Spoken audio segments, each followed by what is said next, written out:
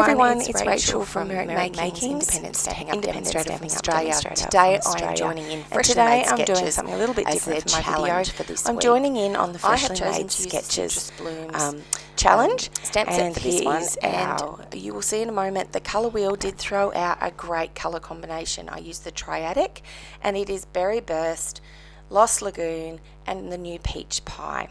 So I'm going to create this card which has this circle element in the middle, and using one of the larger images from the stamp set. So let's get started. Here is the larger image. I'm just going to stamp it in Memento Black purely because I'm going to do some colouring. Now I have used a lot of extra speed when I have edited this video, so you don't have to sit here and watch me colour for 15 minutes or so, because that's probably about how long it does actually take me. The Peach Pie is the new orange colour in the incolours for 2024 to 26 in Stampin' Up's catalogue. I really like this one. It's actually a lot darker than what I thought it was going to be. Even in the catalogue it looks a bit softer. It's a great match or alternative for pumpkin pie, which pumpkin pie is one of my favourites to colour with. And of course this is the stamp set that I used at After Dark on Stage, which was the additional paid crafting event for On Stage when I attended in Melbourne in March. So I was really excited to use this colour and also the stamp set, because they sort of just naturally go together perfectly.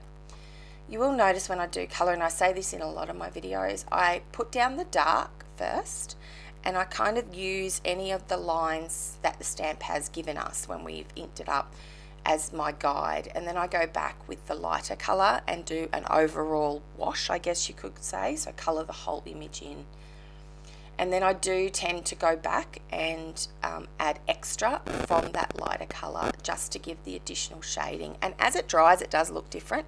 You'll see here I am using the colour lifter. I did make a few little mistakes along the way. It's a fabulous tool, so if you don't have one of those, grab one of those out of the shop. Okay, let's move on a little bit more to the elements of the card. So part of the sketch was some sort of like, in the sketch it's a leafy design, and I did cut from the matching dies for this stamp set. I did cut these leaves, the orange leaves from the tree, and you'll see that I've just inked those up to make them stand out a little bit more. And I'm going to do some background inking and stamping here, and you'll notice it's not perfect by any means. I actually struggled a lot. I don't know why. I don't know if it was the cardstock, if I touched it too much, and maybe it had some oils on from my hands on it or whatever. But anyway, it's very blotchy, but you will see this doesn't matter. When it's a background and you've got a large image going over the top, it doesn't matter. Bit of second and third generational stamping there with the little pattern, and it all comes together really quickly now. So that circle element, I'm just going to throw some of those leaves on randomly. You'll notice some inky fingers here. I did use a silver edged trim and coloured it with my Berry Burst Stampin' Villains too, just so that it matched my project. I kind of missed that one there. Yeah, just adding some glue to the back and randomly adding these leaves until it looks like it's enough. You don't want to overdo it, but you definitely want that leafy kind of element, and it doesn't go all the way around the circle. It's kind of more off to one side. I'm going to start adding this all together now, and there's my sketch just to compare it so you can see the leafy design on that sketch.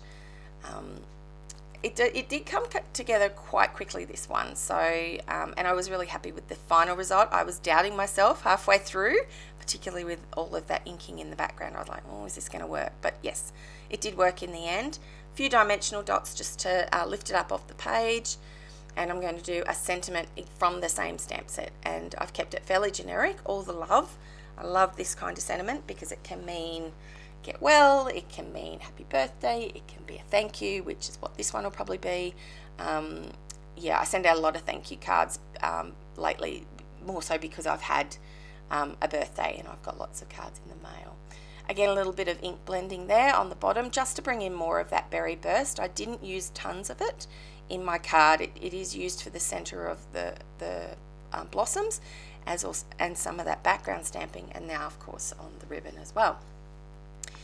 So my handy tip is tie a bow and then stick it to the back with dimensional dots. I'm not very good at doing the whole swirling of ribbons to put on a card.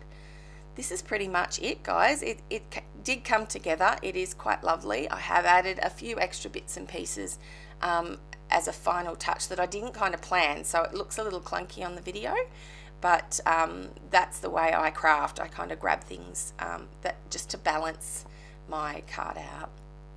If you haven't got this set, make sure you check out the new catalogue that's coming out soon, and see your demonstrator to purchase it. Here are the gemstones that match. These are our new incolour gemstones, and of course the peach pie is in there, and they're very pretty. They just add that extra touch to our card. Thanks so much for joining me. Hope you try the sketch. Bye bye.